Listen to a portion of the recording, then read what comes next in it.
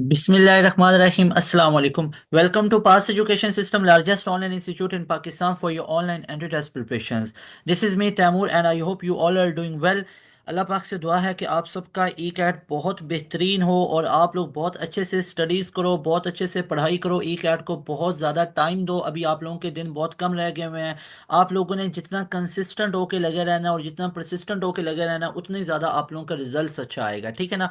आप लोगों के लिए सीरीज स्टार्ट की हुई है यूईटी ई कैट 2025 के कंबाइंड एंट्री टेस्ट 1 और कंबाइंड एंट्री टेस्ट 2 की प्रिपरेशन के लिए। तो इस तमाम सीरीज को आई होप कि आप लोगों के लिए बहुत हेल्प हो रही होगी। अगर तो आप लोगों ने यूईटी का ई कैट फर्स्ट देना है या यूईटी का ई कैट सेकंड देना है, तो ये सीरीज आप लोगों के लिए सबसे पहले पास एजुकेशन सिस्टम लेके आया है, जिसमें आप लोगों को यूईटी ई कैट के तमाम पास्ट पेपर का सोल्यूशन करवाया जा रहा है। और इससे पहले मैं आप लोगों को 5 पास्ट पेपर फिजिक्स के करवा चुका हूं, और इस वीडियो के अंदर हम डिस्कस करेंगे पास्ट पेपर नंबर 6। इस एक वीडियो के अंदर मैं आप लोगों को यूईटी का एक पूरा पेपर सॉल्व करवाऊंगा, यानी 30 एमसीक्यूज इंशाल्लाह ताला हम इस एक वीडियो के अंदर सॉल्व करेंगे। डियर स्टूडेंट्स, मोस्ट इंपॉर्टेंट, अगर आप लोगों के यूईटी ई कैट की मुकम्मल तैयारी नहीं है तो आप लोग हमारे प्रीमियम बैच का हिस्सा बन सकते हो। इस नंबर को अभी आप लोग नोट कर लो, इस नंबर पे व्हाट्सएप करें, डिटेल्स लें और आप लोग हमारे प्रीमियम बैच का हिस्सा बन जाओगे, जिसमें आप लोगों को यूईटी ई कैट के 2024, 23, 22, 21 तमाम पास्ट पेपर लाइव क्लास के अंदर उन तमाम यूईटी के ओरिजिनल पास पेपर का सलूशन करवाया जाएगा। उसके बाद आप लोगों की क्विक रिवीजन होंगी, chapter wise, quarter book, half book, full book revision होंगी। आप लोगों के मॉक टेस्ट लिए जाएंगे और उसके अलावा आप लोगों की एंड गेम्स होंगी जो लाइव क्लास के अंदर चलेंगी। तो लाजमी तौर पे आप लोग हमारे प्रीमियम बैच का हिस्सा बन सकते हो, जिसमें आप लोगों को मुकम्मल तैयारी करवाई जाएगी, क्विक रिवीजन हो जाएगी, आप लोग अपने मार्क्स को बूस्ट कर सकते हो। अभी जितनी आप लोगों की तैयारी है, लग रहा होगा 150 तक आ सकते हैं, 200 तक आ सकते हैं, तो इसको मजीद बूस्ट अप करो। आपको लग रहा है ना 150 200 आ सकते हैं, यूईटी का टेस्ट को इतना इजी भी नहीं होता है, तो इसको बूस्ट करके 300 प्लस लेके जाना है। तो हमारे प्रीमियम बैच को लाजमी तौर पे ज्वाइन करो, जिसको ज्वाइन करके कई स्टूडेंट ने अपना score top of the line list में लेके आए। कई स्टूडेंट यूईटी के अंदर अल्हम्दुलिल्लाह गए, अपना एडमिशन सिक्योर किया। जो हमारे बैच के स्टूडेंट थे 1400 प्लस स्टूडेंट, 1400 से ज़्यादा, इतने किसी इदारे के भी एक साल के अंदर स्टूडेंट नहीं गए जितना पास एजुकेशन सिस्टम के गए हैं। तो लाजमी तौर पे हमारे बैच का हिस्सा बनिए और अपने मुकम्मल तैयारी आप लोग अच्छे तरीके से कर सकते हो। ये नंबर आप लोगों को शो कर रहा हूँ, इसका अगर आप लोगों ने स्क्रीनशॉट लेना है तो अभी ले सकते हैं। हमारे पास सीट्स अवेलेबल हैं अभी प्रीमियम बैच के अंदर, तो आप लोग हमारे बैच का हिस्सा बन सकते हैं। तो डियर स्टूडेंट्स, यहाँ पे हम अब बात कर लेते हैं फिजिक्स की। फिजिक्स के ऊपर एक इंपॉर्टेंट टॉपिक्स के ऊपर भी वीडियो अपलोड की हुई है, आई होप आप लोगों ने वो भी देखी होगी। और उसके बाद मैथ के ऊपर भी अपलोड की हुई है, और साथ ही केमिस्ट्री के ऊपर, उन वीडियोस को भी लाजमी तौर पर देख लें। यहाँ पे हम बात कर लेते हैं पहले एमसीक्यूज की। तो यहाँ पे सबसे पहला एमसीक्यूज हमारे पास है AC generate produce peak value V naught इतना, और वी आर एम एस हमारे पास कितना होगा। You know that dear students कि जो हमारे पास वी आर एम एस होता है, ये किसके इक्वल होता है, वी नॉट अपॉन में स्केयर रूट टू के इक्वल होता है। तो यहाँ पे वी नॉट का वैल्यू तो हमारे पास 220 आ गया, और square root two as it is आ गया। तो ये हमें कहाँ पे दिख रहा है, ये हमें अल्फा ऑप्शन में दिख रहा है। अच्छा, मान लो अगर ये इसके ऑप्शंस ना होते तो फर्दर सिंप्लीफाई कैसे किया जा सकता है। तो देखो, ये 220 as it is, 220 as it is. अब 1 अपॉन में स्केयर रूट टू आपको पता ही है, तो स्केयर रूट टू खाली किसके इक्वल होता है, 1.41 के इक्वल होता है। और 1 अपॉन 0.41 किसके इक्वल होता है, ये हमारे पास 0.7 के इक्वल होता है। तो 0.7 मल्टीप्लाई बाई 220, तो ये पॉइंट खत्म करना था 10, एक जीरो जीरो से कैंसिल, 22 को 7 से करना है, 7 2 बार 14, एक 2 बार 14 और एक 15, 154 वोल्ट आ जाना था। लेकिन यहाँ पे 154 वोल्ट नहीं है, तो इस अल्फा ऑप्शन को ही हम राइट मानेंगे। उसके बाद हमारे पास है ट्रांसफॉर्मर इनपुट हमारे पास इतना, आउटपुट इतना है, आरएमएस इतना है, आई इनपुट इतना है, तो आउटपुट पावर हमारे पास किसके इक्वल आएगी। यहाँ पे अगर हम बात करें तो हमारे पास जो आउटपुट पावर होगी वो हमारे पास किसके इक्वल आएगी, वो हमारे पास आएगी almost P is equal to voltage into current के इक्वल आएगी। तो यहाँ पे अगर मैं बात करूँ तो हमारे पास वोल्टेज कितना आ रहा है इनपुट का, ठीक है। तो इनपुट का वोल्टेज हमारे पास कितना आ रहा है, दैट इज 120। ठीक है, 120 हमारे पास आ रहा है, ऐसे ही है। और उसके बाद हमारे पास जो हमारे पास इनपुट का वोल्टेज आ रहा है दैट इज 120, और हमारे पास जो इसमें करंट की वैल्यू आ रही है वो हमारे पास कितनी आ रही है, दैट इज 3 एम्पेयर। तो यहाँ पे मल्टीप्लाई बाई 3 कर लें तो ये कितना बन जाएगा, 3 0 3 2 ज़ा 6 और 3 1 ज़ा 3। तो ये हमारे पास कितना बन गया, 360 इसकी जो पावर वॉट में बनेगी। सो सी ऑप्शन हमारे पास क्या होगा, that will be right option. उसके बाद डियर स्टूडेंट्स, अगर मैं बात करूँ तो हमारे पास है an ammeter can be form from the galvanometer. तो यहाँ पे देखो, ammeter can be form by galvanometer, तो आप लोगों को पता होना चाहिए कि एम मीटर को आप लोग गैल्वानोमीटर में कन्वर्ट कर सकते हो, लेकिन एम मीटर को आप लोग गैल्वानोमीटर को एम मीटर में कन्वर्ट करने के लिए आप लोग क्या कर सकते हो, गैल्वानोमीटर है ना, ये दो चीज़ों में कन्वर्ट हो सकता है। गैल्वानोमीटर से या तो एम मीटर बनाया जा सकता है या वोल्ट मीटर। एम मीटर बनाने के लिए हमें एक स्मॉल रेजिस्टेंस, लो रेजिस्टेंस जिसको शंट रेजिस्टेंस कहते हैं, वो पैरेलल में लगाना पड़ती है गैल्वानोमीटर के साथ। तो ammeter can be form from the galvanometer by low resistance parallel. तो क्या लगाना पड़ेगा, एक तो लो रेजिस्टेंस हमें लगाना पड़ेगी और दूसरा हमें क्या लगाना पड़ेगा, वो पैरेलल में लगाना पड़ेगा। So alpha option will be right option, got it. उसके बाद हमारे पास जो एम मीटर होता है वो सर्किट में लगाया कैसे जाता है, एम मीटर को सर्किट में सीरीज में लगाया जाता है और इसकी रेजिस्टेंस को लो रखा जाता है। वोल्ट मीटर को सर्किट में पैरेलल लगाया जाता है और इसकी जो रेजिस्टेंस होती है उसको बहुत हाई रखा जाता है। उसके बाद क्वेश्चन नंबर 4 हमारे पास आ जाता है। क्वेश्चन नंबर 4 है कि water runs through a pipe with variable cross sectional area, the pressure in narrow section of the pipe is। तो यहाँ पे एक इक्वेशन आप लोगों ने पढ़ी होगी, A1V1 is equal to A2V2, और ये किसके इक्वल होता है, ये कांस्टेंट के इक्वल होता है जो कि वॉल्यूम पर यूनिट टाइम होता है, वॉल्यूम फ्लो रेट के इक्वल होता है। तो यहाँ पे अगर मैं बात करूँ तो हमारे पास वो पूछ रहा है कि water runs through a pipe with variable cross section है, the pressure in narrow section of the pipe will be. Narrow section की बात की जाए तो वहां पे क्या होगा, प्रेशर। अब देखो नैरो सेक्शन के अंदर आप लोगों को एक चीज देखनी है कि वहां पे हमारे पास नैरो सेक्शन में वेलोसिटी की वैल्यू क्या हो जाएगी, वेलोसिटी ज्यादा हो जाएगी, और वेलोसिटी ज्यादा है तो वहां पे प्रेशर क्या हो जाएगा, कम हो जाएगा। सेम चीज आप देख सकते हो कि एक ट्रैक है, एक ट्रैक है, इस ट्रैक के ऊपर से एक ट्रेन मूव कर रही है। तो ये ट्रेन जब तेजी से मूव करती है तो यहाँ पे एयर मॉलिक्यूल्स की वेलोसिटी ज्यादा हो जाती है और गैस का प्रेशर कम हो जाता है। तो प्रेशर पीछे इस एरिया पे प्रेशर ज्यादा होता है, तो प्रेशर ज्यादा से कम की तरफ जाता है। इसलिए जब ट्रेन फास्ट गुजर रही हो तो इसके प्लेटफॉर्म के ऊपर यहाँ पे इसके करीब खड़ा नहीं होना चाहिए, क्योंकि प्रेशर हाई से लो की तरफ जाता है तो बंदा खुदा ना खास्ता ट्रेन की तरफ धकेला जा सकता है। तो यहाँ पे वेलोसिटी ज्यादा होगी, वहां पे प्रेशर कम हो जाएगा। तो इसका जो नैरो का होगा वो हमारे पास वेलोसिटी तो ज्यादा है लेकिन उसका प्रेशर कम होगा, लोअर होगा, किसकी निस्बत, वाइडर सेक्शन की निस्बत। तो alpha option is right option, ठीक है।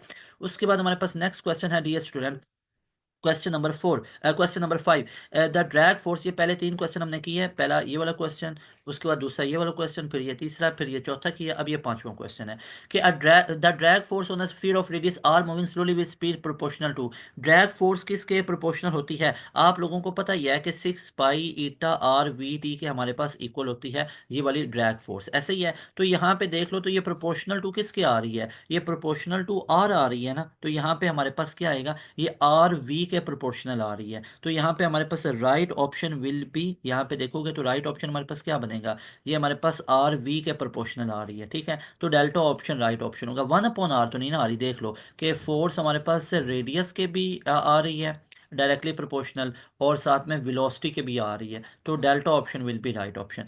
उसके बाद नेक्स्ट क्वेश्चन है हमारे पास, क्या satellite communication system can be set up by correctly positioning. कितने सैटेलाइट्स की पोजीशनिंग करें, तो ये हो सकता है 3 जियो स्टेशनरी सैटेलाइट। ये आपकी बुक लाइन है, पीटीबी के ऊपर लिखी हुई है। So that is right option alpha option. तो ये हमारे पास राइट ऑप्शन क्या बनेगा, that will be alpha option. अच्छा जी, आई होप आप लोगों को ये तमाम चीज़ें क्लियर हुई होंगी। उसके बाद हम नेक्स्ट मूव करते हैं, तो नेक्स्ट हमारे पास क्वेश्चन आ जाता है क्वेश्चन नंबर 7।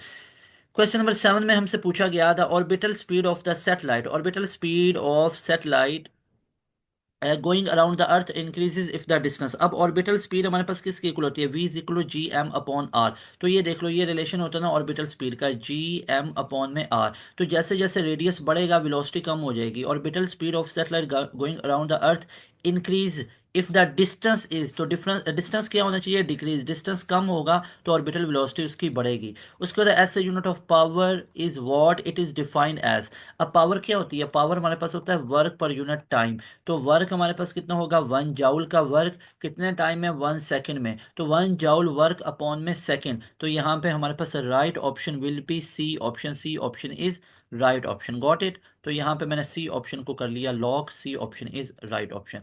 फिर हमारे पास नेक्स्ट क्वेश्चन है अकुलयन, द कुलयन,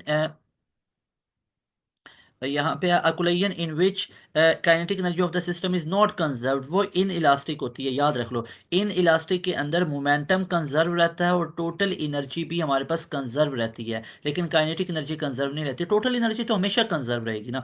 उसके बाद हमारे पास क्वेश्चन नंबर 10 है, Newton first law of an object is the measurement of its inertia, and inertia you know that inertia is a measurement of body due to which it resist any change in its state of rest और motion, जिसमें वो किसी भी body के rest और state of motion को change नहीं होने देता, ये इनर्शिया है। मिसाल के तौर पे आप कहीं पे बैठे हुए हो, आपको बैठे हो ना, आपको उठाने के लिए फोर्स लगाई जाए फॉर एग्जांपल, तो आपकी बॉडी क्या करती है, रेजिस्ट करती है, दैट इज इनर्शिया।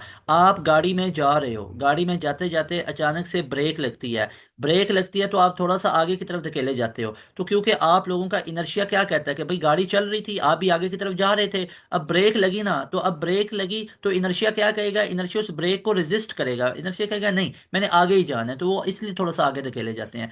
तो ये रीज़न होती है, ये इनर्शिया की वजह से होता है कि जब फास्ट मूविंग कार के अंदर ब्रेक लगे तो हम आगे की तरफ थोड़ा क्यों जाते हैं, वो हमें इनर्शिया आगे की तरफ लेके जाता है। इनर्शिया कहते हैं नहीं, जो पहले वाली कंडीशन बनी हुई है उसको मेंटेन रखो। इनर्शिया किसी भी बॉडी में चेंज को बियर नहीं करता, चेंज नहीं होने देता है, ठीक है। चेंज जाहिर बात है, एक्सटर्नल फोर्स ज्यादा लगाएंगे चेंज तो हो जाएगा, लेकिन इनर्शिया उसको रोकता है, चेंज नहीं होने देता, ठीक है। ये प्रॉपर्टी होती है बॉडी की, किसी भी ऑब्जेक्ट की। Boyle law state that the ideal gas pressure is proportional to V if temperature is, Boyle's law के मुताबिक टेम्परेचर कांस्टेंट होता है और वॉल्यूम क्या होता है हमारे पास, ideal gas pressure is proportional to V if temperature is constant. Temperature को आपको पता है कांस्टेंट बॉयल्स लॉ में रखा जाता है, वॉल्यूम और प्रेशर इनवर्सली प्रोपोर्शनल होते हैं, और वॉल्यूम और टेम्परेचर किस में डायरेक्टली होते हैं, वो चार्ल्स लॉ होता है। लेकिन यहाँ पे बॉयल्स लॉ के अंदर जो टेम्परेचर है वो कांस्टेंट होगा, और हमारे पास जो एवोगैड्रोस नंबर है वो भी हमारे पास कांस्टेंट होंगे, नंबर ऑफ मोल्स भी कांस्टेंट होंगे। एवोगैड्रोस नंबर तो होते ही कांस्टेंट है, नंबर ऑफ मोल्स भी कांस्टेंट होंगे। क्वेश्चन नंबर 12 है, tuning for 12 beats per second with a tuning for q if the frequency of q is 200, frequency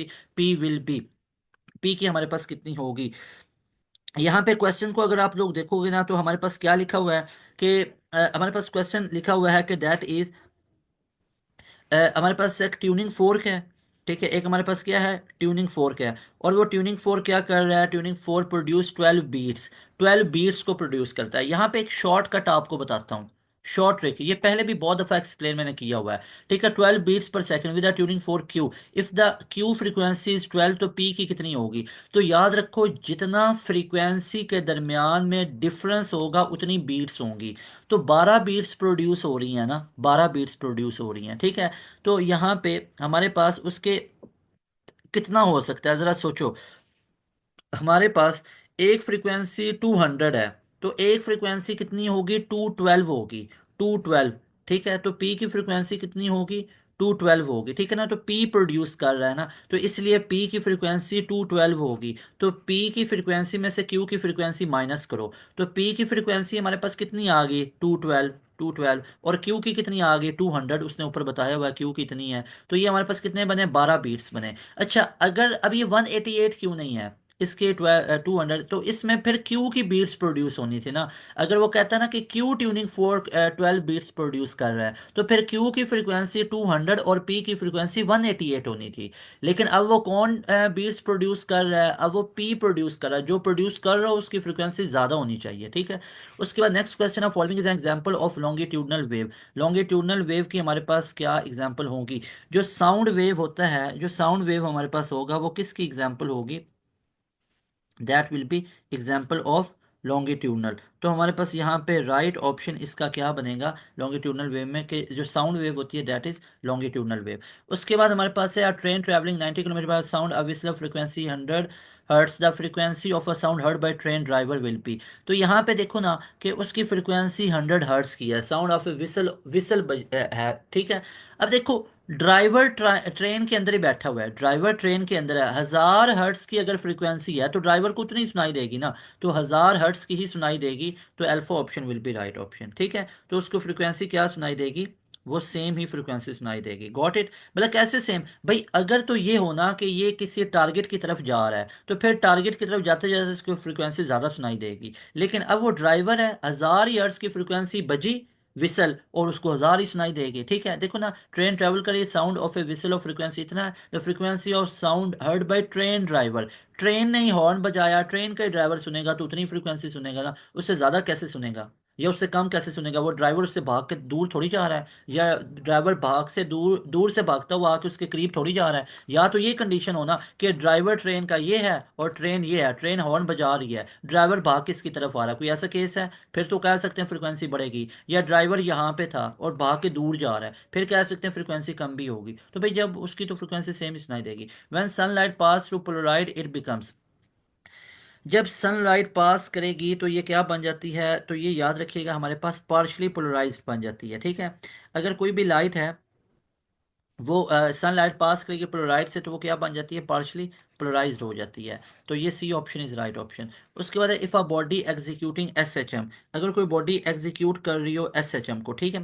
तो यहाँ पे हमारे पास क्या होता है, अगर बॉडी एस एच एम कर रही है, एस एच एम के अंदर आपको पता ही है कि एक्सट्रीम के ऊपर पोजीशन के ऊपर क्या डिस्टेंस जीरो हो जाता है, बताएं। क्या कांस्टेंट फ्रॉम मीन पोजीशन होता है जो डिस्टेंस हमारे पास होता है। तो यहाँ पे ये एमसीक्यूज हमारे पास कंप्लीट नहीं है, इसकी मैं स्टेटमेंट आपको बना के दे देता हूँ कि हमारे पास जो बॉडी एस एच एम कर रही है सिंपल हार्मोनिक मोशन, उसके अंदर आप लोगों को पता है जितनी फोर्स लगाएंगे उतना डिस्प्लेसमेंट होगा, लेकिन ऑपोजिट डायरेक्शन में। इसमें मीन पोजीशन के ऊपर जो काइनेटिक एनर्जी है ये जीरो होती है। ये सारे एमसीक्यूज कई बार पूछेंगे। पोटेंशियल एनर्जी यहाँ पे, काइनेटिक एनर्जी यहाँ पे मैक्सिमम होती है, सॉरी काइनेटिक एनर्जी यहाँ पे मीन पोजीशन पे मैक्सिमम होगी और पोटेंशियल एनर्जी हमारे पास जीरो होगी। तो मीन पोजीशन पे वेलोसिटी मैक्सिमम, जिस वजह से काइनेटिक एनर्जी क्या हो जाएगी, मैक्सिमम। लेकिन पोटेंशियल एनर्जी यहाँ पे क्या होगी, जीरो होगी, ठीक है। पोटेंशियल एनर्जी यहाँ पे जीरो है। मैक्सिमम पॉइंट्स पे बात करूं तो यहाँ पे पोटेंशियल एनर्जी तो मैक्सिमम होगी, लेकिन जो काइनेटिक एनर्जी है वो क्या हो जाएगी, काइनेटिक एनर्जी यहाँ पे जीरो, क्योंकि बॉडी रुक जाती है। नेक्स्ट क्वेश्चन है हमारे पास मल्टी मोड ग्रेडेड फाइबर के अंदर जो हमारे पास सेंट्रल कोर है। तो यहाँ पे आप लोगों ने याद रखना है कि जो हमारे पास कोर है ना, जो उसका रिफ्रैक्टिव इंडेक्स होता है ये मैक्सिमम होता है। कोर का रिफ्रैक्टिव इंडेक्स क्या होता है, मैक्सिमम होता है। तो हमारे पास क्लैडिंग का रिफ्रैक्टिव इंडेक्स क्या होगा, वो हमारे पास लो होगा। तो अब compare to central core, central core की निस्बत जो हमारे पास रिफ्रैक्टिव इंडेक्स क्लैडिंग का होगा वो क्या होगा, वो लो होगा। नेक्स्ट क्वेश्चन है डायमेंशन ऑफ फोर्स। अब फोर्स हमारे पास क्या होता है, F is equal to M A. तो एम की हमारे पास कैपिटल एम ही आ गई, और ए हमारे पास एक्सेलरेशन है तो ये एल टी माइनस टू आ गई। तो इसकी हमारे पास डायमेंशन क्या बनेगी, that will be M L T minus two. तो ये कहाँ पे दिख रहा है, M L T minus two, C option will be right option. उसके बाद नेक्स्ट क्वेश्चन है पॉइंट चार, Q produces absolute potential energy 5 metre at 1 metre, what will be absolute potential due to Q at. हमारे पास वो पूछ रहा है absolute potential पूछ रहा है क्यू एट 3 मीटर। 3 मीटर के ऊपर उसकी एनर्जी हमारे पास कितनी होगी। तो यहाँ पे देखो हमारे पास पोटेंशियल क्या होता है, potential V is equal to K Q upon में आर होता है, ऐसे ही है। तो ये हमारे पास होता है ना, तो यहाँ पे अगर मैं बात करूंगा तो ये हमारे पास कितना बन जाएगा, के क्यू अपॉन आर। तो इसकी वैल्यू हमारे पास कितनी बन जाएगी, दैट विल बी यहाँ पे ये के क्यू अपॉन आर कितना है, 3 हो जाएगा। तो यहाँ पे देखो पॉइंट चाहे Q produce absolute potential energy of 5 volt, ठीक है। तो ये बन जाएगा के क्यू अपॉन 3 बन गया एक, और दूसरा 1 मीटर पे है तो वो कितना है, के क्यू है, वो हमारे पास कितना है, के क्यू अपॉन आर। तो इधर से देखो एक point charge Q absolute potential energy 5 volt का प्रोड्यूस कर रहा है, ऐसे ही है। अब उसका 1 मीटर है, लेकिन जब उसका डिस्टेंस 3 मीटर कर दिया जाए, यानी पहले वाले की निस्बत 3 आर कर दिया गया है, तो ये मुझे बताओ के क्यू अपॉन आर, के क्यू अपॉन आर ये कितना है, पहले वाला 5 वोल्ट है, मल्टीप्लाई बाय 1/3 ये वाला, तो ये तो 5 है, साथ मल्टीप्लाई बाय 1/3 तो कितना बन गया, 5/3 वोल्ट बनेगा। क्वेश्चन दोबारा देखो बहुत ईजी है। ये पोटेंशियल का फॉर्मूला है के क्यू अपॉन आर, ठीक है। पहले देखो के का के आ गया, क्यू कितना है, क्यू क्यू आ गया, और आर कितना है, 1 मीटर है, ठीक है। ये हमारे पास 1 मीटर है, यानी 1 आर ही है ना, तो के क्यू अपॉन आर आ गया, और इसकी वैल्यू कितनी है, 5 वोल्ट ऊपर दी हुई है। अब डिस्टेंस को 3 मीटर किया, तो के क्यू अपॉन 3 आर ना, मतलब 3 टाइम ऑफ 1 मीटर, पहले 1 मीटर था ना, अब 3 मीटर, तो 3 टाइम आ गया। तो अब अंदर ये जो बना हुआ के क्यू अपॉन आर, ये पहले कितना निकाला है, ये 5 निकाला है, तो 5 आ गया, और नीचे 3 का 3, तो 5/3 हमारे पास बना। सो राइट ऑप्शन हमारे पास डेल्टा ऑप्शन होगा, गॉट इट। उसके बाद नेक्स्ट क्वेश्चन है हमारे पास 22 वाला, voltage current graph of non ohmic device. ये नॉट अ स्ट्रेट लाइन, ये स्ट्रेट लाइन नहीं होती है। अगर तो ओमिक डिवाइस होगा ना, तो ओमिक डिवाइस का हमारे पास एक स्ट्रेट लाइन बनती होती है, ठीक है, एक स्ट्रेट लाइन बनती होती है। लेकिन अगर हमारे पास नॉन ओमिक आ जाए तो वो नॉट अ स्ट्रेट आएगा। फिर एयर फिल्ड कैपेसिटर कैपेसिटेंस इतने dielectric what will be the capacitance. अच्छा इतना है, फिर dielectric induce what will be the capacitance. अब आपको पता होना चाहिए डाइलेक्ट्रिक कांस्टेंट होता है सी मीडियम अपॉन में सी वैक्यूम। तो यहाँ पे देखो तो सी मीडियम हम लोगों ने निकालना है, तो सी मीडियम किसके इक्वल आ जाएगा, dielectric constant multiply by C vacuum. तो डाइलेक्ट्रिक कांस्टेंट 1, सी वैक्यूम 19 की, तो ये हमारे पास क्या आएगी, सेम ही आएगी ना, तो B option will be right option. उसके बाद है when alpha particle is emitted mass of, जो मास नंबर और चार्ज नंबर है। अब अल्फा पार्टिकल आप लोगों को पता है हीलियम के न्यूक्लियाई होते हैं। अब हीलियम की मैं बात करूं तो हीलियम के अंदर 4 एटॉमिक मास है, 2 एटॉमिक नंबर है। तो उसका मास नंबर और चार्ज नंबर, मास नंबर तो 4 गुना बढ़ेगा और चार्ज नंबर 2 गुना बढ़ेगा। देख लो, तो 4 और 2 कहाँ पे लिखे हुए हैं, ये हमारे पास इंक्रीज होगा ना, क्योंकि ये देखो यहाँ पे अगर हम बात करूं तो ये हमारे पास उसका 4 मैस निकल गया, लेकिन पीछे जो एलिमेंट होगा उसका अल्फा पार्टिकल एमिट हो रहा है, एब्जॉर्ब नहीं हो रहा। अगर तो एमिट हो रहा है तो एमिट होने का मतलब है 4 उसका मैस निकल गया, 2 उसका चार्ज निकल गया। तो उस एलिमेंट का पीछे जो मैस बचेगा वो 4 गुना कम हुआ और 2 गुना चार्ज कम हुआ, मैस 4 गुना कम हुआ। तो यहाँ पे क्या आएगा, डिक्रीज। डिक्रीज क्या हो रहा है, 4 मैस 2 चार्ज, कैसे 4 मैस कम हुआ, क्योंकि पहले मैस नंबर की बात हुई है, और चार्ज 2 कम हुआ। इस चीज को दोबारा इस तरह देख लो कि एक हमारे पास ये एक्स है एलिमेंट, ये अंदर से अल्फा पार्टिकल को एमिट कर रहा है। जब अल्फा पार्टिकल एमिट करेगा तो इसका मैस कितना कम हो जाएगा। मिसाल के तौर पे इसका मैस पहले 80 है और इसका एटॉमिक नंबर 40 है, तो मैस इसका 4 गुना कम होकर 76 और चार्ज इसका 2 गुना कम होकर कितना हो जाएगा, 2 टाइम मतलब 2 उसमें से कम होकर 38 हो जाएगा। अब देखो, अगर किसी में अल्फा पार्टिकल एब्जॉर्ब हो रहा है, मान लो अगर ये अल्फा पार्टिकल एब्जॉर्ब करता, तो मैस इसका 80 से 84 और चार्ज इसका 40 से 42 होना था। अब यहाँ पे वो क्या कह रहे थे कि अल्फा पार्टिकल का जो वो एमिट हो रहा है, एमिट हो रहा है, तो मैस नंबर 4 निकल गया, तो डिक्रीज 4 हुआ, और चार्ज पूछा, चार्ज 2 हो जाएगा, डिक्रीज, तो इसलिए पहले डिक्रीज आया। नेक्स्ट हमारे पास 25, high energy photons emitted due to transit of the inner shell, transmission of inner shell electron in heavy atom is called.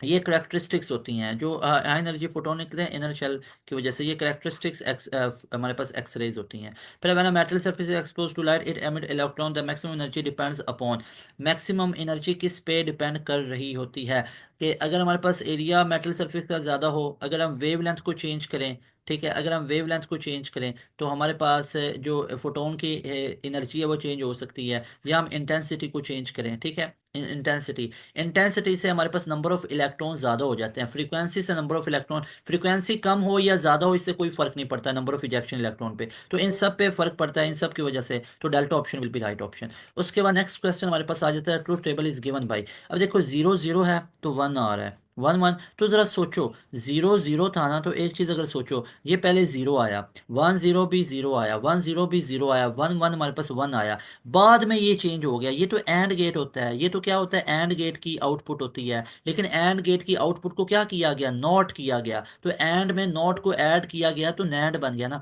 इसलिए ये हमारे पास यूनिवर्सल लॉजिक गेट होगा नैंड। अब बच्चों के माइंड में आ रहा होगा कि 0 0 1, तो ये हमारे पास और तो हो ही नहीं सकता, और में भी 0 0 1 नहीं होता है, ठीक है, तो ये नैंड गेट बनता है, गॉट इट।